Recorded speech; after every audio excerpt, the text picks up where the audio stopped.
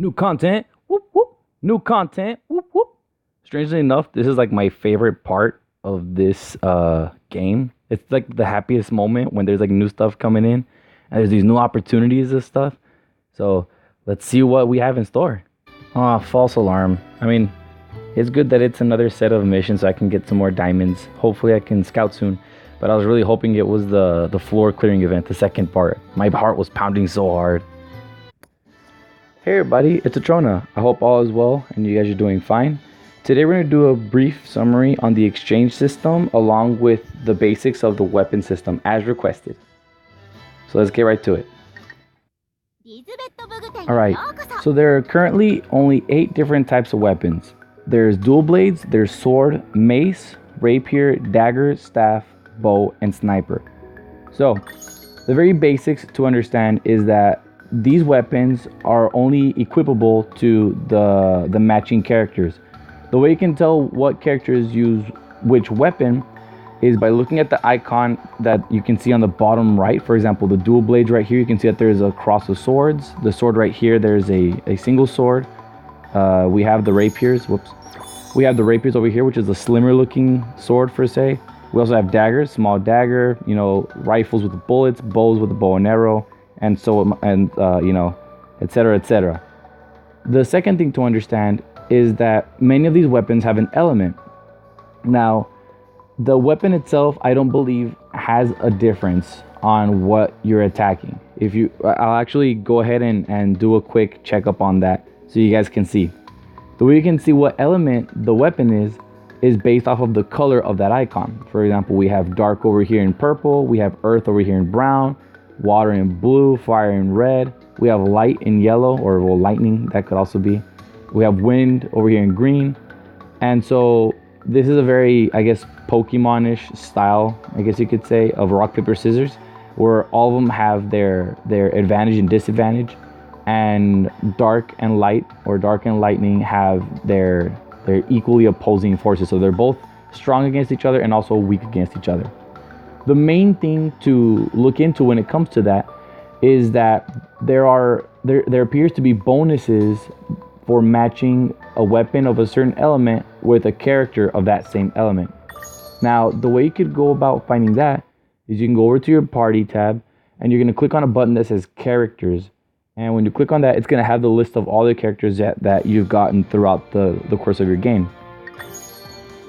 So as you can see, it'll show you the weapon type that they use along with the color. So if you can have a weapon that matches that, then according to like the tips coming up in the game, there's a bonus. I don't know how much the bonus is, and I'll actually look into that right now because I'm a little curious myself. As you can see, there are also people that have the weapon icon, but it doesn't have a color. It's this gray color. Those are non-elementals. The advantage to those is that they're weak to nothing. The disadvantage is that they don't have an advantage over anything when it comes to strength. It's a purely neutral thing. So with that in mind, now let me look into that bonus system. Okay, so I took the liberty of putting Heathcliff in my party, and now we're going to take a look at the differences between the elements matching or not.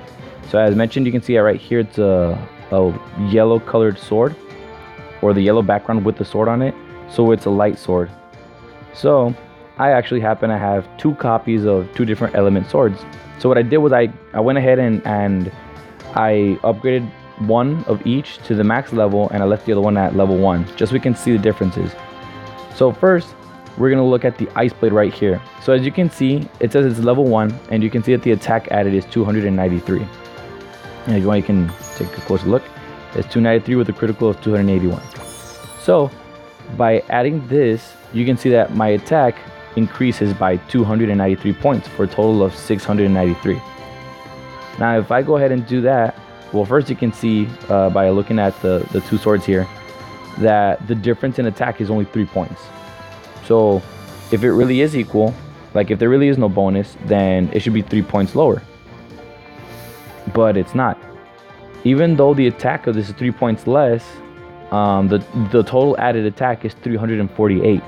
So that's a difference of 55 points. So my next question is the bonus a fixed amount, or does it increase as the numbers increase? Which is why I decided to do the other one. So first, I can do this one, which is 879. which is the Ice Blade. So as you guys can see with the attack, it's 8 points of a difference in favor of Ice Blade. So I put that. Mathematically, it adds up 879 for 879. The other one's 871, but if I add it, it goes up by 1045. So that's a total difference of 166 of a bonus. So as the level gets higher, or the amount that's supposed to be added gets higher, the bonus becomes bigger. So it's a percentage. The percentage of the attack is increased if it matches. So now the next part of this is the rarity. So as you can see, these swords have 3 stars that are, filled up, but there's one missing. There's a 4th. So that means that they're capable of becoming a level 4 or a 4 rarity weapon. But how would you go about doing that? Well, you're going to go ahead to the upgrade, which is the smith. You're going to need to upgrade one of the weapons full, like all the way out. Like let's say this Ice Blade, it's already maxed out, which is why I can't upgrade it any further. It'll cost you money and some resources. Let me just show you what it would look like. I'm going to take this. So it starts costing, some materials after a while, and then it caps up. So the way you would go about going to the next rarity is you would have to get that weapon maxed out, and you would have to get the same identical weapon, the amount of times needed, so that the amount you have plus the maxed out one adds up to the stars of the next one. That sounds complicated, so let me explain it. Let's say I wanted to upgrade this to a 4-star. I would need this one 4-star, this one 3-star that's already maxed out, plus 3 more identical ones at any level. So once I get all those together, I can go over to the evolution, and I can hit whichever, like if it's maxed out, like these two, they're maxed out, so they come up. They'll come up, and they'll ask me for 3 materials. Unfortunately, I only have 1, so I can't actually upgrade it. So besides the maxed out one, I would need 3 more material, which is like the same blade, to be able to evolve it. And it's not that expensive, really. Evolution isn't the expensive part. The expensive part is maxing one out. And so when you do it like that, you get it to the next rarity. Now, something that I actually just thought about. What I usually do to save myself some coal, which is the currency, along with some materials, is that I only upgrade 1 all the way, and I leave the other 3 at level 1. Now my question is, if I max them all out and I increase the rarity, does that make it a harder hit or a harder hitter? So I guess I'll do that in another video, like a curiosity video, let's say. Now let's move over to the exchange. Down here's the exchange button. It's like the newest feature as far as like weapons go. And the way it works is, when you scout for weapons, there's a chance that you get some 4-stars. But let's say they're 4-stars that you really don't need.